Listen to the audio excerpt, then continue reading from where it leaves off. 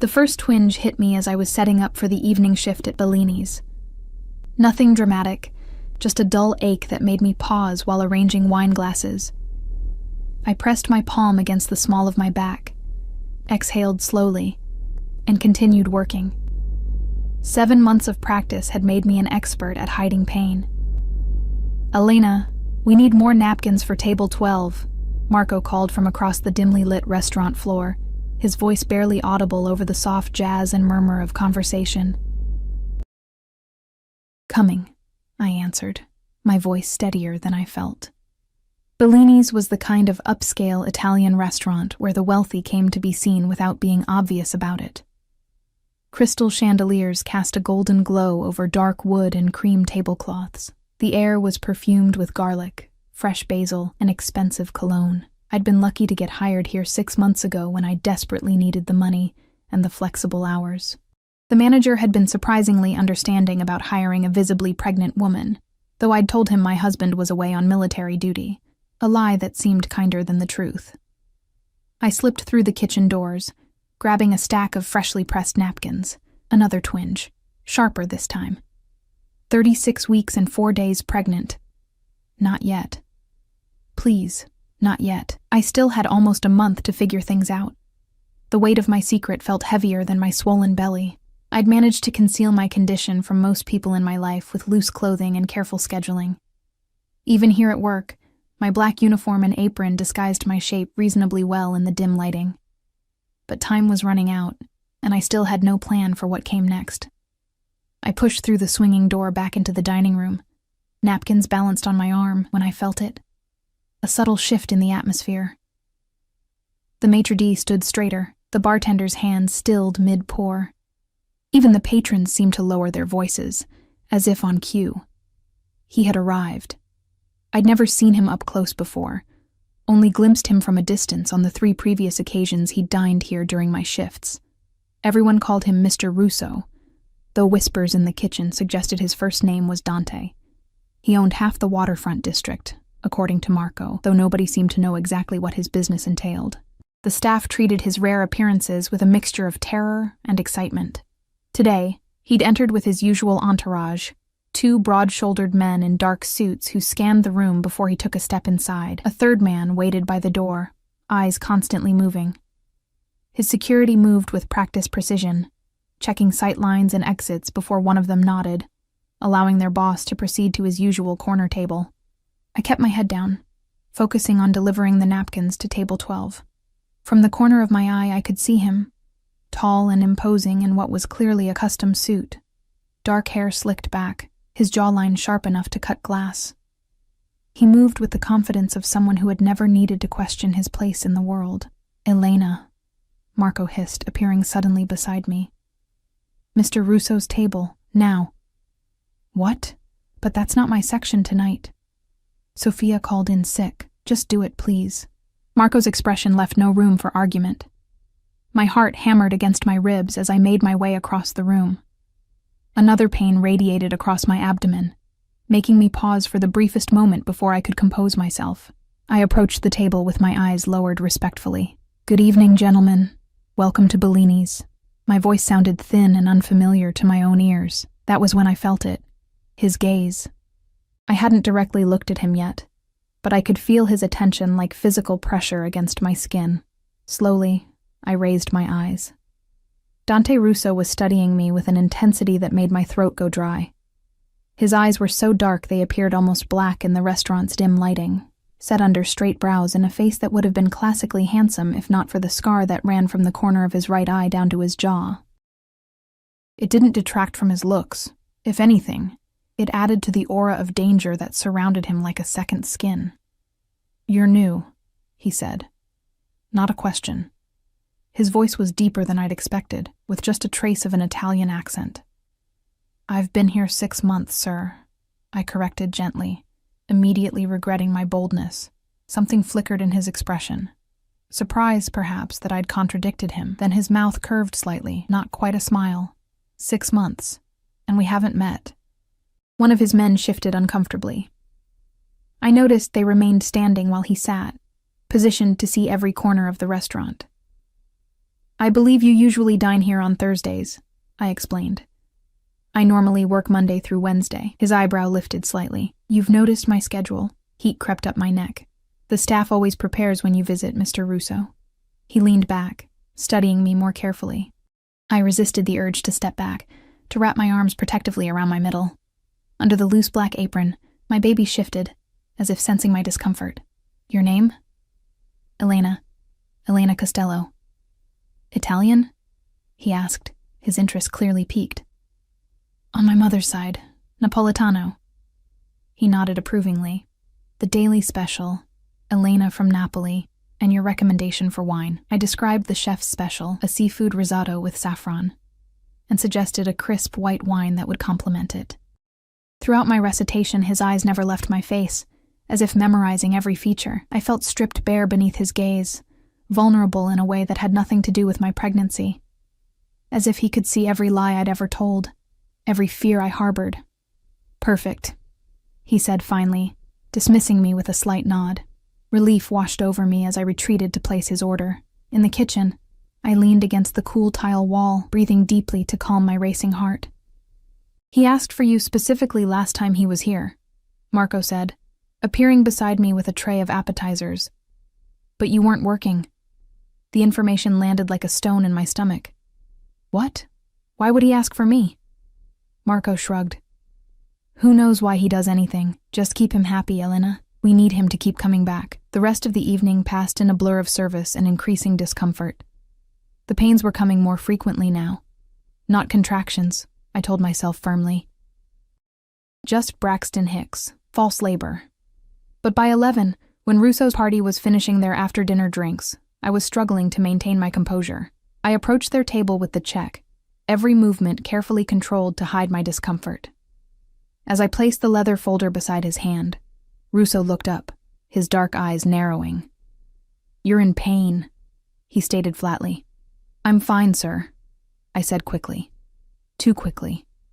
His eyes dropped to my midsection, then back to my face. For a terrifying moment, I thought he'd seen through my disguise, but he simply reached into his jacket and extracted a money clip thick with $100 bills. He placed several in the folder without checking the bill, then added another folded bill and handed it directly to me. For your excellent service, he said, his fingers brushing mine as I accepted it. The contact sent an unexpected shiver up my arm. His hand was warm and dry, his touch deliberately gentle despite the raw power evident in his frame. Our eyes met, and for an instant, something passed between us, a current of recognition I couldn't explain. Thank you, Mr. Russo. I tucked the folded bill into my apron pocket without looking at it. He stood, adjusting his cuffs, and I was struck by how much space he seemed to occupy, not just physically, but as if his presence expanded to fill the room. His security immediately moved into formation around him. Until next time, Elena from Napoli, he said, his voice low enough that only I could hear. I watched him leave, tension draining from my shoulders only when the restaurant door closed behind his entourage. When I finally checked the tip he'd left me, I gasped. $1,000, folded around a business card bearing only his name and a phone number.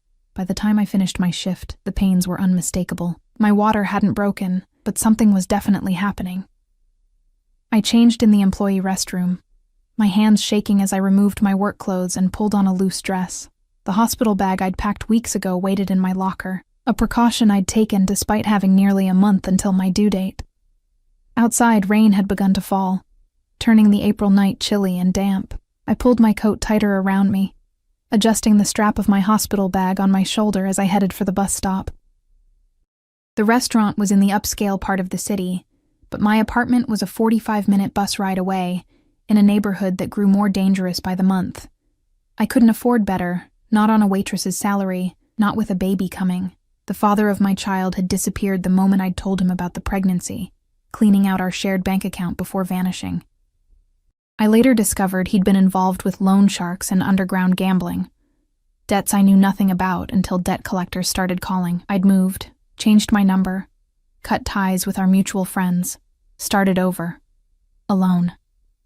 As I approached the bus stop, another pain gripped me, stronger than before. I gasped, clutching the metal pole for support. When it passed, I checked my phone. The last bus had left 10 minutes ago. I'd have to call a rideshare, an expense I couldn't really afford. Ms. Costello. The voice behind me sent ice through my veins. I turned slowly to find one of Russo's security men standing beside a black SUV with tinted windows. The vehicle was idling at the curb, its engine a quiet purr in the rainy night. "Mr. Russo noticed you might need assistance," the man said, his face expressionless. "He offers you a ride home." Through the open rear window, I could see Dante Russo watching me, his face half in shadow. Our eyes met across the rain-slicked street, and another pain chose that moment to tear through me. I doubled over, dropping my hospital bag. Its contents spilled onto the wet sidewalk. Prenatal vitamins, a nightgown, newborn diapers, and a tiny yellow onesie. For a moment, no one moved. Rain pattered on the scattered items, soaking the onesie. Then Russo was suddenly there, moving with surprising speed for such a large man. He knelt beside me, gathering my fallen belongings with his own hands, while his security watched in evident shock. When he picked up the tiny yellow onesie, his expression changed. He looked from the baby clothes to my face, then to my midsection where my coat had fallen open, revealing the unmistakable curve of late pregnancy. "You're with child," he said softly, the Italian accent thickening in his surprise. I couldn't speak, frozen in humiliation and fear. He held the onesie in his large hand, rubbing the soft fabric between his fingers. Something crossed his face, a complex emotion I couldn't identify. Then his eyes hardened as they met mine. "You lied to me," Russo said, his voice dangerously quiet. Before I could respond, another contraction seized me, more powerful than any before. I gasped, clutching my belly, suddenly certain that this baby was coming, ready or not. As my knees buckled, I felt strong arms catch me. The world tilted as Russo lifted me effortlessly. "Hospital," he commanded his men, carrying me toward the SUV. "Now." The last thing I saw before he placed me gently in the back seat was his face, hard as granite, but with eyes that burned with something that looked unsettlingly like possession. The interior of the SUV smelled of expensive leather and Russo's subtle cologne, sandalwood with hints of amber and spice. Rain drummed against the tinted windows as we pulled away from the curb, tires hissing on wet pavement. I clutched the edge of the seat, another contraction building. "Breathe," Russo instructed, his voice unexpectedly gentle. He sat beside me, closer than necessary in the spacious back seat, his security men in front. The driver navigated through late-night traffic with practiced efficiency, while the other man spoke quietly into a phone. "I'm fine," I managed, though the pain stealing my breath suggested otherwise. "This is just... Don't lie to me again." His tone was soft, but carried a warning that made me shiver. "You're in labor." I met his gaze, finding no room for argument in those dark eyes. "It's too early," I whispered. "Almost 4 weeks early." Something flickered across his face. "Concern? First child?" I nodded, another contraction preventing further response. This one lasted longer, the pain wrapping around my lower back like a vice. When it passed, I found Russo watching me intently, tracking the duration on an expensive watch. 8 minutes apart, he noted. "Regular. You seem knowledgeable about childbirth for a..." I stopped myself, suddenly aware of what I'd been about to say. His mouth curved slightly. "For a what, Elena? A criminal?" When I didn't answer, he continued. "I have 4 younger siblings. I was present for each birth." This glimpse into his personal life surprised me.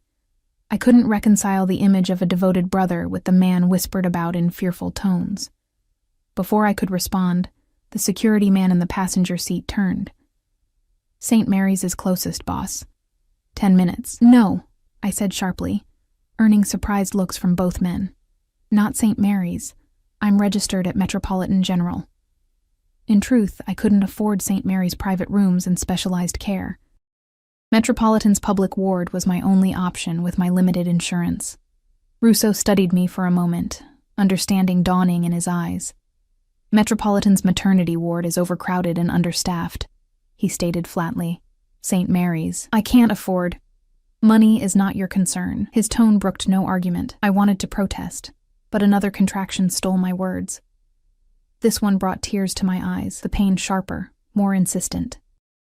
Without hesitation, Russo took my hand, offering it to me to squeeze. His palm was warm against mine, calloused in places I wouldn't have expected for a man who wore custom suits. "The father?" he asked when the contraction passed, his voice carefully neutral. I withdrew my hand from his. "Not in the picture. His choice or yours?" "His. He left when he found out." I didn't know why I was telling him this, revealing my vulnerability to a man rumored to exploit any weakness. Perhaps it was the pain, or the strange intimacy of the moment. Being driven through rainy streets in his private car, while my body prepared to bring new life into the world. Russo's expression hardened, a muscle ticking in his jaw. "His name?" The question carried weight beyond simple curiosity. I recognized the dangerous undercurrent and chose my words carefully. "It doesn't matter. I haven't seen him in months. It matters," he said softly. "A man who abandons his child and their mother deserves consequences." A chill ran through me that had nothing to do with labor.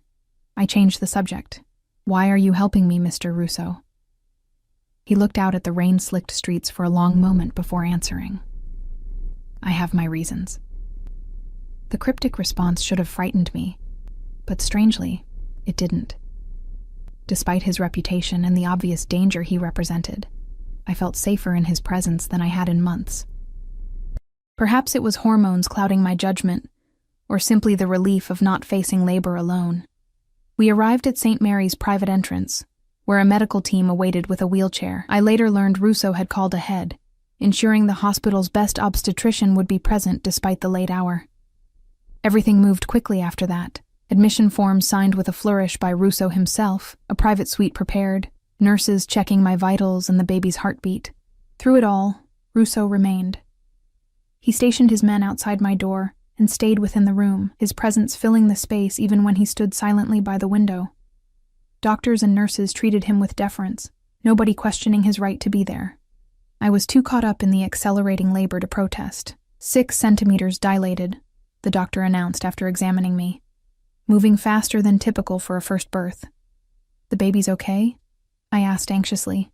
"It's not too early. 36 weeks is considered late preterm," she reassured me. "The lungs are typically mature, but we'll have the NICU team standing by as a precaution." Another contraction gripped me, stronger than before.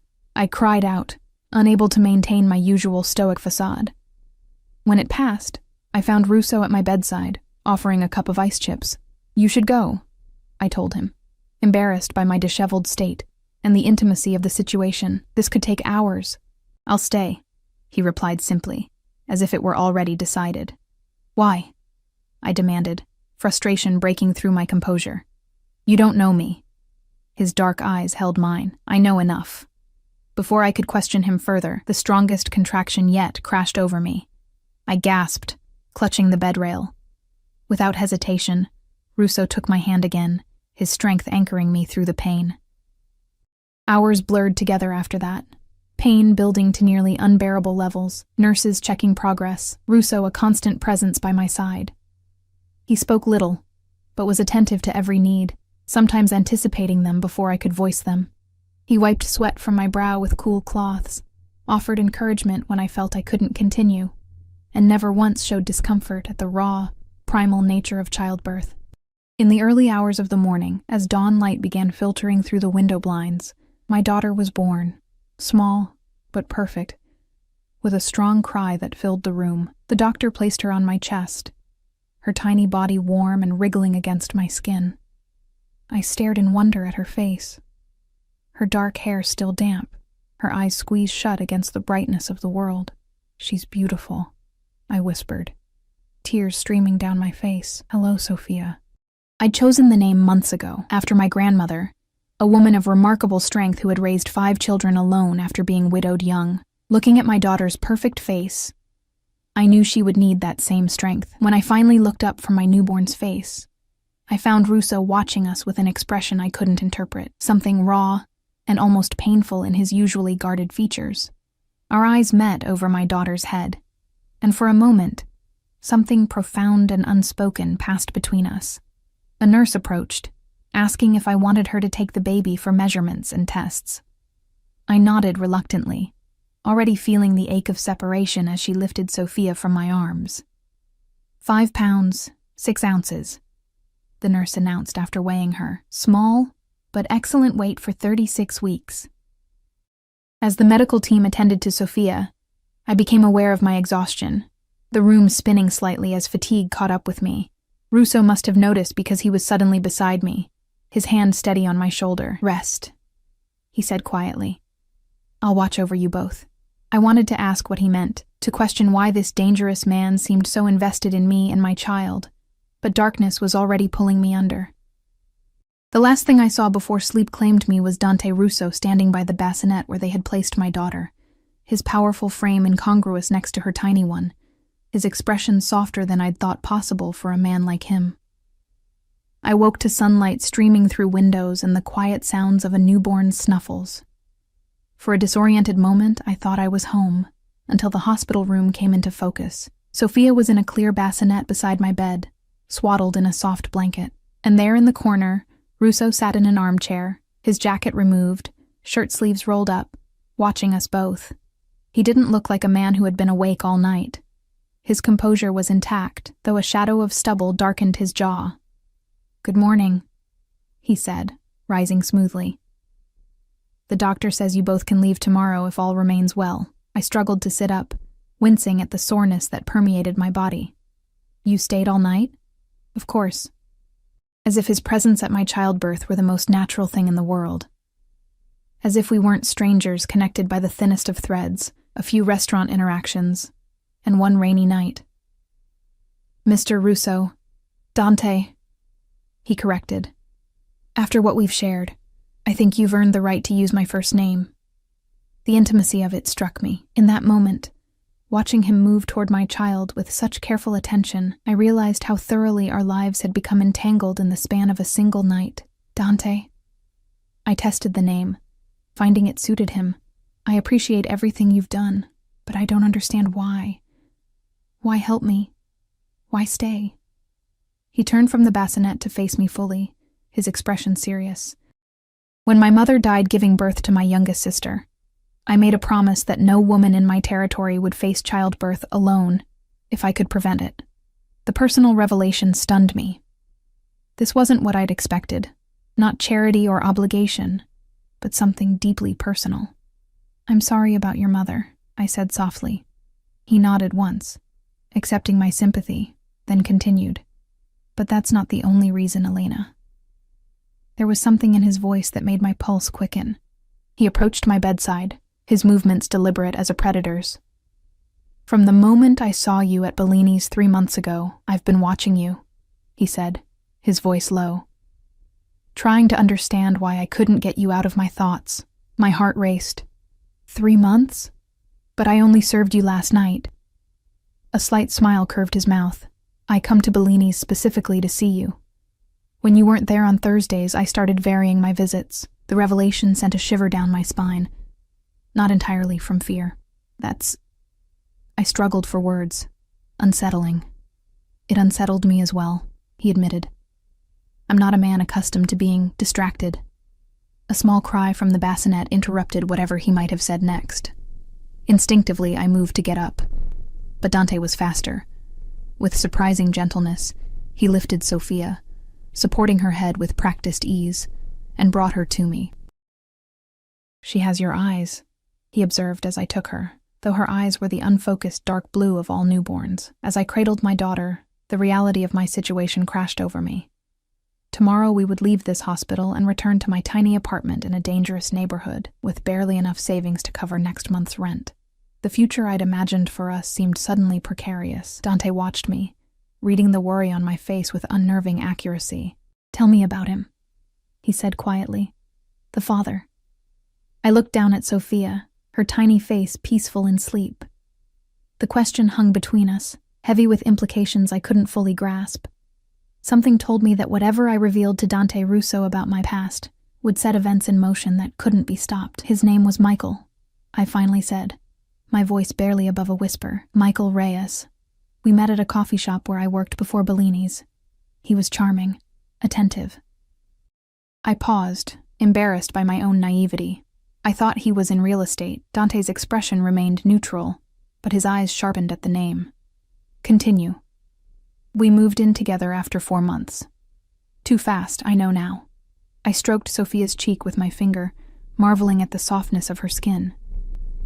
When I got pregnant, everything changed. He became distant, started staying out late. Then one night, 2 men came to our apartment looking for him. What kind of men? Dante asked, his tone casual but his posture alert. The kind with guns under their jackets. I swallowed hard at the memory. They said Michael owed their boss money. A lot of money. Dante's jaw tightened. And then? When I confronted him, he promised he'd fix everything. The next day, I woke up to an empty apartment and an empty bank account. The humiliation of those days still burned. He left a note saying I'd be better off without him, that he was in too deep. With whom? The question was soft but insistent. I hesitated. He never said specifically, but I found matchbooks from the Royal Flush Casino in his things. Something flickered in Dante's eyes. Recognition, and something darker. The Royal Flush was rumored to be owned by the Moretti family, Dante's chief rivals in the city's underworld, according to kitchen gossip at Bellini's. You've been alone since then? He asked. I nodded. I changed my number, moved across town, started over. Yeah, and the men who came looking for him? Never saw them again, I said. I assumed they were tracking Michael, not me. Dante stood and moved to the window, his back to me. Sunlight outlined his powerful frame, throwing his face into shadow. The debt doesn't disappear just because he ran, Elena. A cold fear settled in my stomach. What do you mean? He turned, his expression grave. The Moretti family doesn't forgive debts. If Michael borrowed from them, they consider that debt transferable to his family. But I'm not his family, I protested. We weren't married. Dante's gaze dropped to Sophia. You carry his child. To them, that's enough. The implication stole my breath. I pulled Sophia closer, protective instincts surging. Are you saying they might come after us? After my baby? It's a possibility you need to consider. He returned to my bedside, his presence both intimidating and reassuring. How much did he take? I swallowed hard. Almost $30,000. Our savings, plus a loan I'd taken out for a small business I wanted to start. Dante nodded, as if confirming something to himself. And how much do you think he owed? I don't know exactly. The men who came, they mentioned 6 figures. A muscle ticked in Dante's jaw. I need to make some calls. Will you be all right for a few minutes? The sudden shift in his demeanor, from intense focus on my story to business-like efficiency, left me disoriented. Yes, of course. He hesitated at the door. Elena, I want you to consider something. When you leave this hospital, you have options beyond returning to that apartment. Before I could ask what he meant, he was gone, the door closing quietly behind him. One of his security men remained visible through the small window, standing sentinel outside my room. I looked down at Sophia, sleeping peacefully in my arms, unaware of the complications surrounding her entry into the world.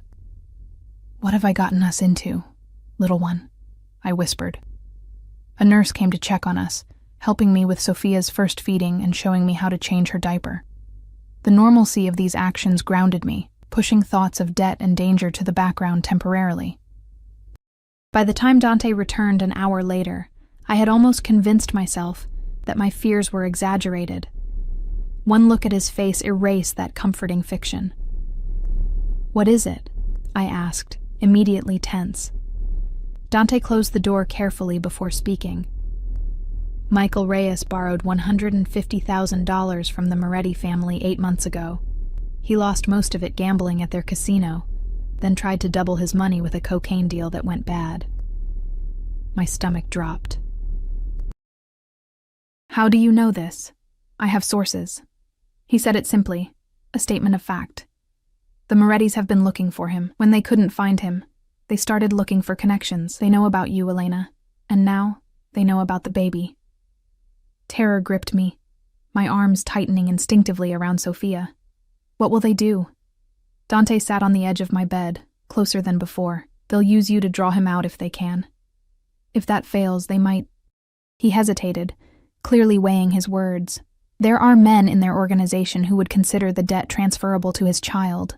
That's insane," I whispered, horrified. "She's an innocent baby. The world we operate in isn't concerned with innocence." His voice was gentle but matter-of-fact. "It's about power, leverage, and example setting. We," I repeated, focusing on his choice of words. "The world we operate in. You're talking about yourself, too." He met my eyes directly. "Yes. I won't pretend to be something I'm not, Elena. But there are differences between the Moretti approach and mine." I swallowed hard. "What differences?" "I don't target innocence. I don't involve children in adult matters." His eyes were intense, willing me to believe him. "And I protect what's mine." The implication hung between us, unspoken, but clear. In some way I couldn't fully comprehend. He had decided that Sophia and I fell under that category. "Why?" I asked. The question that had been burning since he'd appeared outside Bellini's the night before. "Why would you consider us yours?" For the first time, I saw uncertainty cross Dante's face, a crack in his usual composure. He looked at Sophia, then back at me. "I lost my mother and nearly lost my sister in childbirth," he said slowly. "That creates a sensitivity." He paused, choosing his words carefully. "But with you, it's more than that. From the first time I saw you at Bellini's, your grace under pressure, your quiet strength, I felt drawn to you in a way I can't fully explain." The confession, delivered in his usual controlled manner, nonetheless revealed vulnerability I hadn't expected from him. "And now?" I pressed, needing clarity. "What happens now?" "Now I offer you protection," he said simply. "For you and Sophia." The way he said my daughter's name, with such care, sent a confusing warmth through me despite the circumstances. At what cost? Nothing came without strings in my experience. Something like approval flickered in his eyes at my directness. "No cost, Elena. This isn't a transaction." I laughed softly, disbelieving. "Everything's a transaction with men like—" I stopped myself. "Men like me?" he finished, not offended but curious. "You think you know what kind of man I am?" I met his gaze steadily. "I know your reputation. I've heard the whispers. Reputations serve purposes," he said cryptically. "But they rarely tell the whole truth." A nurse entered then, breaking the tension between us. She checked Sophia's vitals and mine, made notes in my chart, and informed us that the doctor would be by later to discuss our discharge tomorrow. When we were alone again, Dante moved to the window, giving me space. "You don't need to decide anything today," he said, his back to me. "Rest, recover, bond with your daughter. We'll talk more tomorrow." I was too exhausted to argue, the emotional and physical toll of the past 24 hours catching up with me. I dozed while Sophia slept in her bassinet, waking occasionally to feed her or simply stare in wonder at her perfect features. Through it all, Dante remained, sometimes sitting in the armchair reading messages on his phone, sometimes standing by the window in quiet contemplation. His security rotated shifts outside my door, a constant reminder of his power and reach. By evening, flowers had begun arriving. Tasteful arrangements from the hospital gift shop at first, then more elaborate bouquets from the city's most exclusive florist. No cards accompanied them, but I knew they were from Dante. The room gradually transformed into a fragrant garden, nurses commenting on the display with barely concealed curiosity about my mysterious benefactor. Dante left briefly around dinner time, returning with containers of homemade food that put the hospital offerings to shame. Delicate pasta in a light cream sauce, fresh bread, and a salad with ingredients so fresh they must have come from someone's private garden. "You need to keep up your strength," he explained, setting up the meal on the adjustable table across my bed. "Hospital food won't do that. You didn't have to." "I wanted to." He served me himself, then took a seat in the chair by my bed with his own portion. My mother always said food was medicine, especially for new mothers.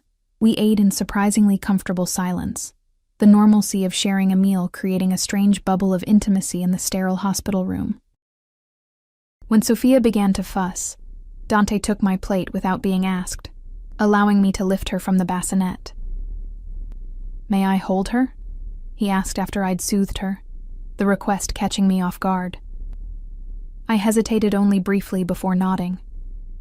With practiced ease that spoke of his experience with his siblings, Dante gathered Sophia into his arms, supporting her head perfectly. The contrast between his powerful frame and her tiny body was striking. His hand alone was nearly the size of her entire torso. Yet he held her with exquisite gentleness, studying her face with undisguised fascination. "She has your chin," he observed, "and your eyebrows. The doctor says her eye color might change, but I think they'll stay dark," I said, watching them together with a mixture of emotions I couldn't sort through, like yours. The observation slipped out before I could consider its implications. Dante looked up sharply, something unreadable flashing in his eyes. For a suspended moment, we stared at each other, the air between us charged with possibilities neither of us had voiced. Sophia broke the tension with a tiny sneeze that made us both smile. "Perfect," Dante murmured, looking back down at her. "Absolutely perfect." As night fell, a nurse brought a reclining chair for Dante when it became clear he intended to stay again. I should have felt uncomfortable with his continued presence, but instead found myself grateful. The thought of facing the night alone, especially after what he'd told me about the Morettis, was more frightening than having this dangerous man watching over us. After settling Sophia in her bassinet after a late feeding, I finally asked the question that had been building all day. "If I accept your protection, what exactly does that mean?" Dante, who had been looking at his phone, set it aside and gave me his full attention. "It means you and Sophia come to stay at my home until we resolve the situation with the Morettis and ensure your safety." "Your home," I repeated, the implications settling heavily. "I have a secure property outside the city, private, gated with excellent security." His tone was matter-of-fact, as if offering standard accommodations rather than entry into his personal space, a privilege I suspected few were granted. "You would have your own suite of rooms, complete privacy when you want it." "And Michael?" I couldn't help asking. "What happens if you find him?" Dante's expression hardened slightly. "He pays his debt, one way or another." The implicit threat should have horrified me. Instead, I felt a complicated mix of emotions. Concern for a man I had once loved, anger at his betrayal, and a disturbing relief that Dante seemed willing to handle a problem I couldn't solve alone. "I need time to think," I said finally. He nodded. "Of course. But Elena..." His eyes held mine with quiet intensity. "Time is a luxury you may not have much of." Morning arrived with soft golden light filtering through the window blinds and the gentle sounds of Sophia stirring in her bassinet. I blinked away sleep, momentarily disoriented until the hospital room came into focus. My gaze immediately sought Dante, finding him standing by the window, phone pressed to his ear as he spoke in hushed Italian. His suit was different. Someone must have brought him fresh clothes overnight.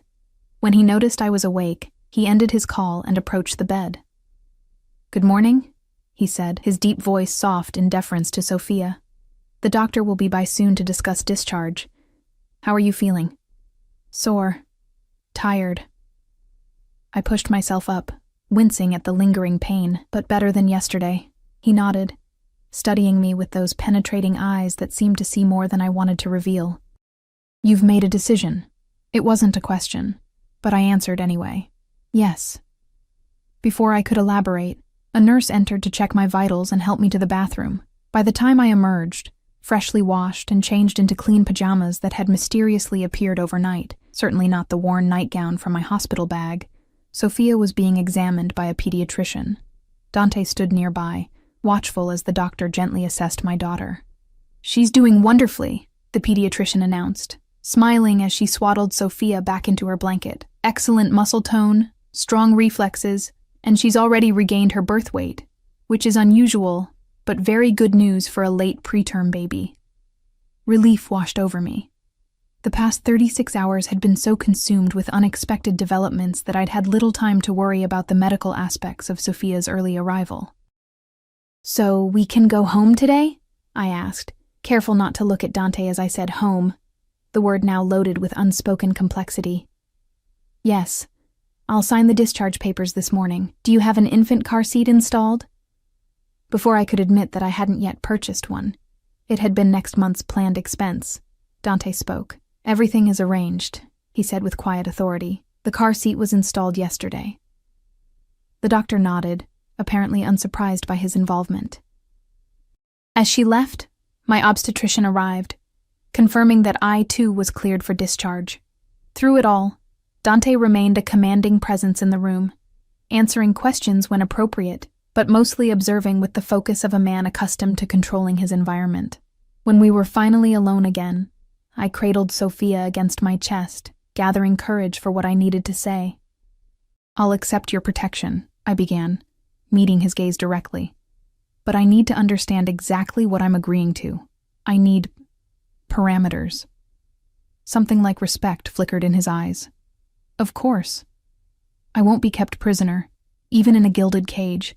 Sophia and I will stay with you temporarily, until this situation with the Morettis is resolved. But I maintain my independence. I keep my job at Bellini's." "Absolutely not," he interrupted, his tone brooking no argument. "Bellini's is too public, too exposed. The Morettis know you work there." I bristled at his commanding tone but couldn't deny the logic. "Fine, but I need to work. I can't just—" "You've just given birth," he countered, softening his approach. "Take time with your daughter. When you're ready to work again, we can discuss options that don't compromise your safety." The reasonableness of this made it difficult to argue. "All right, but I won't be financially dependent on you." A smile ghosted across his lips.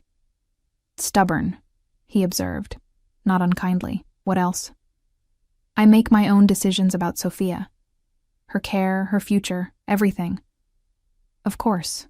She's your daughter." The immediate agreement should have reassured me, but something in his expression, a shadow of possessiveness, gave me pause. "And when this is over," I continued, "when the danger has passed, Sophia and I will be free to leave. No strings attached." This stipulation produced a visible reaction, a tightening around his eyes, a momentary tension in his shoulders. "You'll be free to make your own choices," he said carefully, "but Elena, I hope by then you'll have reconsidered what you want." The implications hung between us, unspoken but clear. This arrangement might begin as protection, but Dante expected, it to evolve into something else. "One more thing," I said, choosing to sidestep the dangerous territory his words had opened. "I want complete honesty, no secrets about the situation with the Morettis or Michael. I need to know what's happening, what the dangers are." This request seemed to surprise him. Most people prefer not to know the details of my business. I'm not most people. I held his gaze steadily, and this involves my child's safety. I won't be kept in the dark. A slow smile spread across his face, transforming his features from intimidating to almost boyishly charming. "No, you certainly aren't most people." He considered for a moment, then nodded. "Honesty, then, though there may be times when partial information is safer." It wasn't a complete victory, but it was more than I'd expected. I extended my hand formally, feeling oddly like I was signing a contract with the devil, a very well-dressed, unexpectedly gentle devil. "We have a deal." Dante took my hand, but instead of shaking it, he turned it over and pressed his lips to my inner wrist, just above my pulse point. The gesture was old world, courtly, yet intimate in a way that sent heat rushing to my face. "We have a deal," he agreed, releasing my hand slowly. The remainder of the morning passed in a whirlwind of discharge paperwork, instructions for postpartum care, and preparations to leave.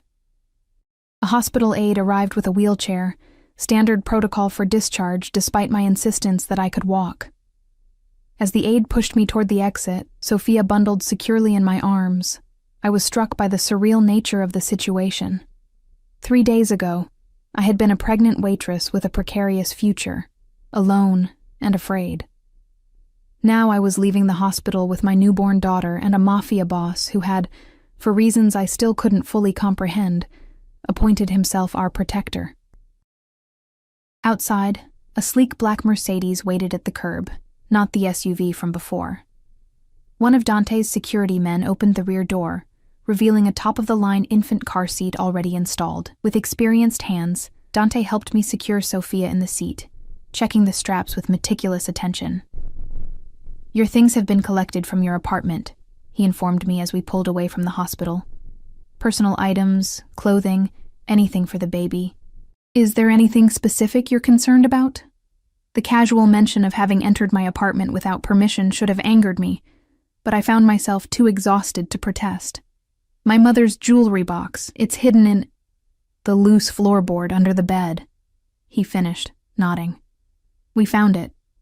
It's secure. I stared at him, unsettled by his thoroughness. How did you know where to look?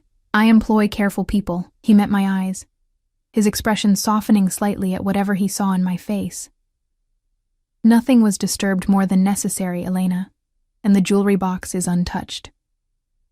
The city fell away as we drove, urban density gradually giving way to affluent suburbs, then to winding roads bordered by manicured woodland.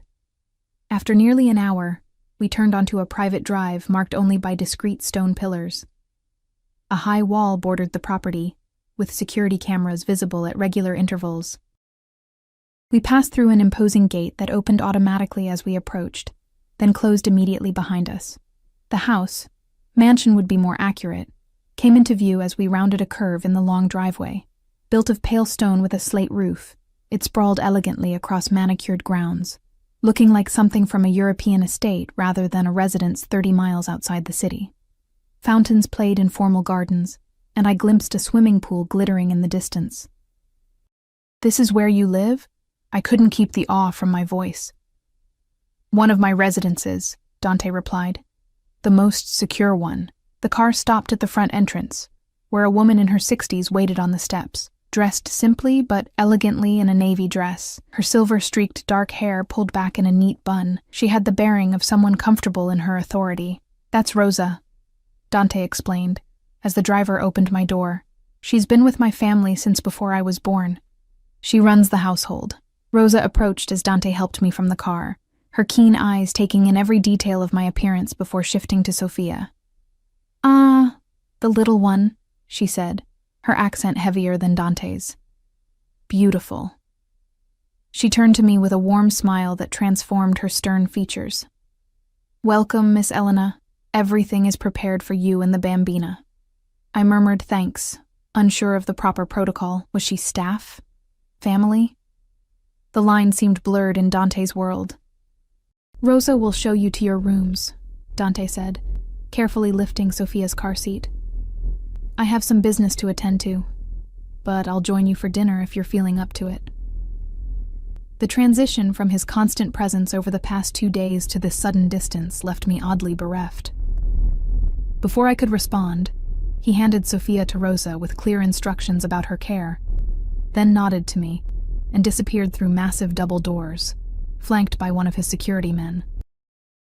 Rosa, seeing my expression, patted my arm. "He has been very worried, very busy making arrangements. Come, you must rest." She led me through an entrance hall with soaring ceilings and marble floors into a wing of the house that felt slightly less formal. The rooms Dante had mentioned turned out to be an entire suite, a sitting room decorated in soothing blues and creams, a bedroom with an enormous 4-poster bed, a luxurious bathroom with a soaking tub, and, most surprisingly, a fully furnished nursery connecting to my bedroom. I stopped in the doorway of the nursery, stunned. Everything was brand new and of obvious quality. A cherry wood crib with delicate bedding, a matching changing table stocked with supplies, a rocking chair beside a window overlooking gardens, and shelves filled with books and stuffed animals. When did he... I couldn't finish the question, overwhelmed by the implications. Rosa smiled, gently placing Sophia in the crib. "Mr. Russo made the calls from the hospital yesterday morning. The designers worked through the night." She adjusted Sophia's blanket with practiced hands. "He wanted everything perfect for you both." I sank into the rocking chair, suddenly lightheaded. The speed and thoroughness with which Dante had integrated us into his life was both touching and terrifying. This wasn't mere protection. It was absorption. "You should rest while the little one sleeps," Rosa advised, practical and kind. "There's a monitor beside your bed. I'll bring tea and something light to eat." Left alone, I wandered back to the bedroom, where I found my few possessions already unpacked and arranged. The worn duffel bag I'd used for years was nowhere in sight, replaced by an elegant wardrobe filled with my familiar clothes, alongside items I'd never seen before. new garments with designer labels still attached, too exhausted to process it all. I lay down on the cloud-soft bed, intending only to close my eyes for a moment. I woke hours later to Sophia's hungry cries through the monitor. Disoriented in the unfamiliar room, it took me a moment to remember where I was and how I'd gotten there. The reality of my new situation settled over me as I lifted Sophia from the crib and settled in the rocking chair to feed her. I had entered Dante Russo's world, a world of wealth, power, and danger I scarcely comprehended. In trying to protect my daughter from one threat, I had aligned myself with a man who represented an entirely different kind of danger. Not to our physical safety, perhaps, but to my independence, my future plans, and most alarmingly, my heart. As Sophia nursed contentedly, oblivious to the complexities surrounding her, I gazed out at the manicured gardens bathed in late afternoon light and wondered what price we would ultimately pay for Dante Russo's protection. Days at Dante's estate blended together in a haze of newborn care and gradual recovery. I settled into a routine dictated by Sophia's needs, feeding, changing, short periods of sleep when she allowed it. Rosa proved invaluable, offering guidance without overstepping and giving me space to bond with my daughter. I learned she had raised Dante after his mother's death, a relationship that explained his unwavering trust in her. Dante himself remained a complex presence, intensely involved yet maintaining careful distance. He joined us for dinner each evening in a sun-filled conservatory, where conversation flowed more easily than I'd expected. He asked thoughtful questions about my background, my dreams before life had complicated them, listening with genuine interest to stories of my childhood in a small coastal town, my move to the city for college, the small cafe I'd hoped to open someday. A cafe specializing in Italian pastries, he mused one evening, a week after our arrival. Your grandmother's recipes, you said. I nodded, surprised he'd remembered that detail from a conversation days earlier. She was from a small village outside Naples. Her sfogliatelle was famous in our hometown. You should write down her recipes, he suggested, before they're lost. The simple encouragement touched me unexpectedly. In Michael's presence, my culinary ambitions had always seemed secondary, something to pursue eventually after his career was established. Dante's immediate validation felt like water on parched soil. True to our agreement, he kept me informed about the search for Michael and the situation with the Morettis. Each update was delivered factually, without unnecessary details, but with enough information that I understood the evolving threats.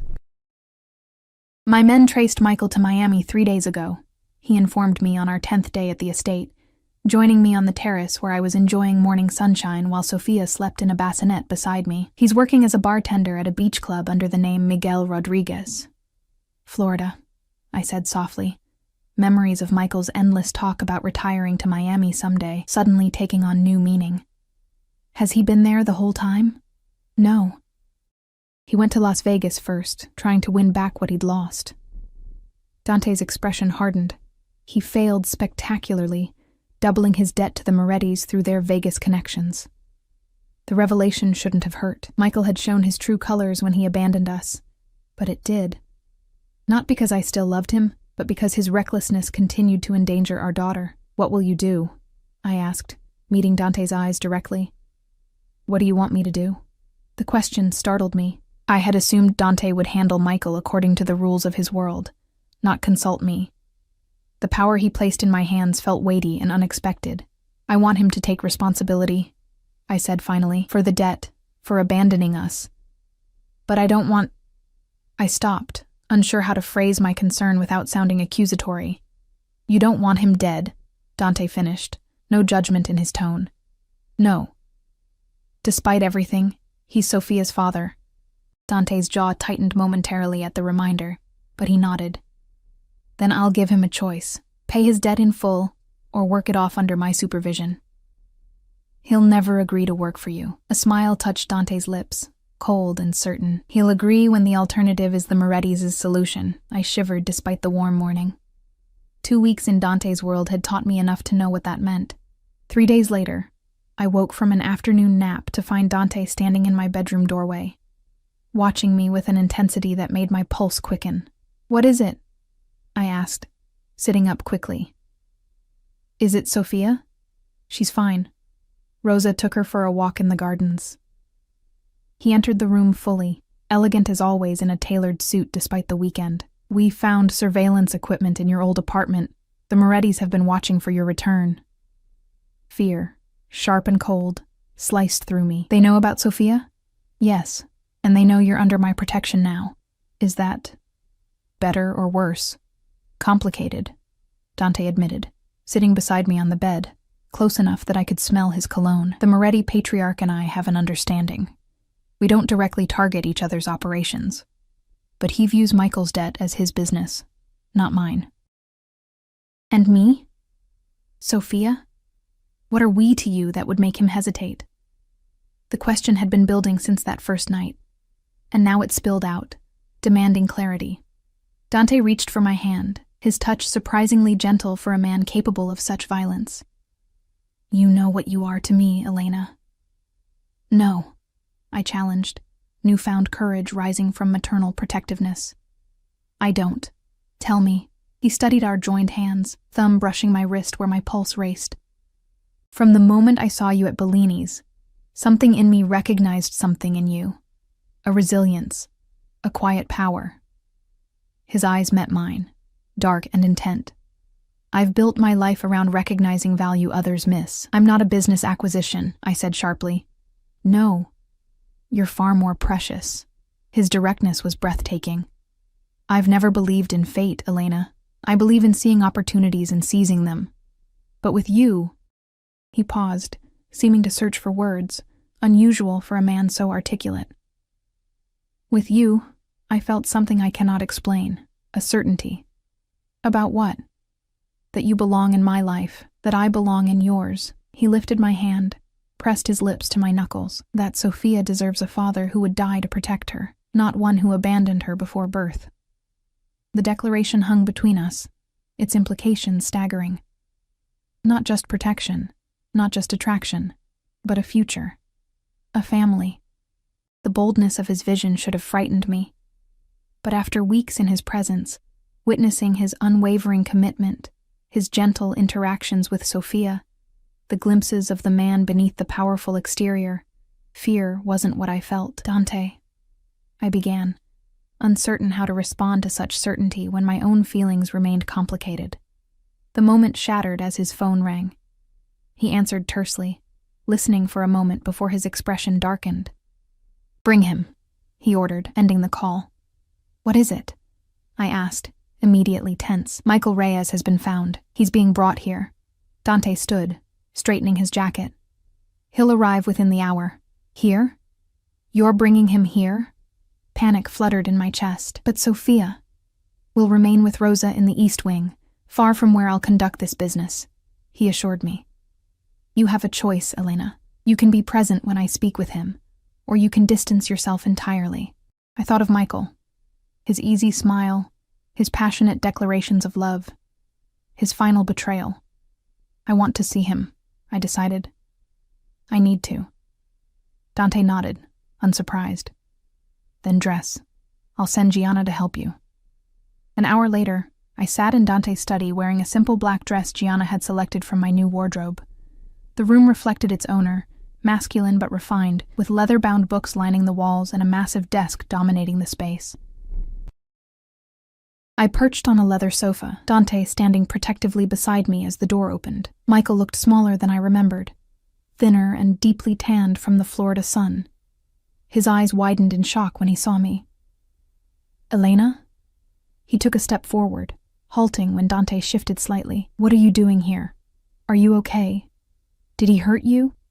The concern in his voice, after months of silence, ignited a fury I hadn't realized I was harboring. "Did he hurt me?" I repeated, voice trembling. "No, Michael. He's the one who was there when our daughter was born 3 weeks ago. He's the one who protected us when the Morettis came looking for payment of your debts." Michael paled visibly. "Daughter? We have a daughter?" "Her name is Sophia," I said coldly. "She's beautiful and perfect, and she deserves better than a father who abandoned her before she was born." Shame crossed his face, quickly replaced by defiance. I left to protect you. The Morettis would have killed me. Killed us both. You left to save yourself, Dante interjected, his voice dangerously soft, taking her money in the process. Michael's eyes darted between us, calculation replacing shame. What is this? Are you two together? Bitterness twisted his features. Jesus, Elena. I've been gone, 7 months? And you're already shacking up with Russo? I flinched at the crudeness, but Dante remained impassive. Your opinion is irrelevant, he told Michael. What matters is resolving your debt. You owe the Morettis $300,000 now, with interest. Michael's face crumpled. I can't pay that. I've got nothing. That's why I ran. You have 2 options, Dante continued, as if he hadn't spoken. Option 1. I pay your debt to the Morettis. In exchange, you work for me for 5 years under strict supervision, in my legitimate businesses. You'll receive a salary, part of which will go toward repaying me. You'll sign legal documents relinquishing all parental rights to Sophia, though Elena may permit supervised visits in the future if she chooses. Michael stared, stunned by the unexpected offer. And option 2? I return you to the Morettis with my apologies for interfering in their business. The color drained from Michael's face. They'll kill me. Yes, Dante agreed simply. They will. Some choice, Michael muttered. More than you gave Elena when you emptied her bank account and disappeared. The reminder silenced him. He looked at me. Really looked, for the first time since entering. I'm sorry, Elena. I never meant for any of this to happen. I studied the man I'd once believed I loved, searching for the charming, passionate person who had swept me off my feet. All I saw was weakness masked by bravado, selfishness disguised as charm. I forgive you, Michael, I said quietly, surprising myself with the truth of it. Not for your sake, but for mine. And for Sophia's. I don't want to carry this anger. Tears welled in his eyes, whether from genuine remorse or self-pity, I couldn't tell. Would you let me see her? Just once? I hesitated, looking to Dante. His expression remained neutral, leaving the decision entirely to me. After you've signed the papers, I decided. 1 supervised visit before you start working for Dante. After that, we'll see. Relief washed over Michael's face. Thank you. And I'll take the deal, he told Dante. I'm not stupid. Debatable, Dante replied dryly, gesturing to one of his men. Lorenzo will take you to review the paperwork. After Michael was escorted out, I remained seated, emotions churning. Dante knelt before me, taking both my hands in his. You are magnificent, he said softly. Stronger than he deserved. I feel free, I realized, the weight of anger and hurt lifting like mist in morning sunlight. Like the last piece of my old life is finally resolved, Dante's eyes held mine, more openly vulnerable than I'd ever seen them. Are you ready to begin your new life, then? The question carried weight beyond the immediate moment. I thought of the past weeks, of Dante's unwavering support, his respectful distance, the way he looked at Sophia with such tenderness. I thought of his confession earlier, the certainty with which he'd claimed a place in our future. I'm not sure I'm ready for everything you want, I admitted honestly. I can be patient, he replied, a smile touching his lips. I've built empires, Elena. I know that lasting foundations take time. The metaphor wasn't lost on me. And what are you building with us? A family. He said it simply, the word carrying a depth of meaning that resonated through me, something neither of us has had for too long. I leaned forward impulsively, pressing my lips to his. The kiss was gentle at first, exploratory, but quickly deepened as Dante responded with carefully restrained passion. When we parted, both slightly breathless, I saw in his eyes a mirror of my own emotions, desire, hope, and cautious joy. One day at a time, I suggested, smiling as he tucked a strand of hair behind my ear. We'll build it together, one day at a time. Together, he agreed, sealing the promise with another kiss. 3 months later, I stood in the kitchen of Dante's city penthouse, our penthouse now, putting the finishing touches on a tray of sfogliatelle, my grandmother's recipes, carefully transcribed in a leather-bound book Dante had given me, had become the foundation for my new project, a small cafe in a building he owned downtown, set to open in the spring. Sophia slept peacefully in her bassinet nearby, growing stronger and more beautiful every day. From the living room came the low murmur of Dante's voice as he conducted business over the phone. His empire continued, but with subtle changes, more legitimate ventures, fewer shadows. For Sophia's future, he'd explained. For our family. The Moretti situation had been resolved through a complex negotiation I wasn't privy to, though I suspected it involved territorial concessions on Dante's part. Michael was working at one of Dante's shipping companies in another state, his debt being paid through honest labor. He'd seen Sophia twice, briefly. His interest already waning as the reality of fatherhood proved less appealing than the idea of it. I slid the pastries into the oven, filled with a contentment I'd never imagined possible when I'd first felt those labor pains at Bellini's. Life with Dante wasn't simple. Nothing about loving a man of his complexity and power could ever be simple. But it was rich with possibility, secure in a way I'd never known. When strong arms encircled my waist from behind, I leaned back against Dante's chest, savoring his solid presence. "Smells like heaven," he murmured, pressing a kiss to my neck.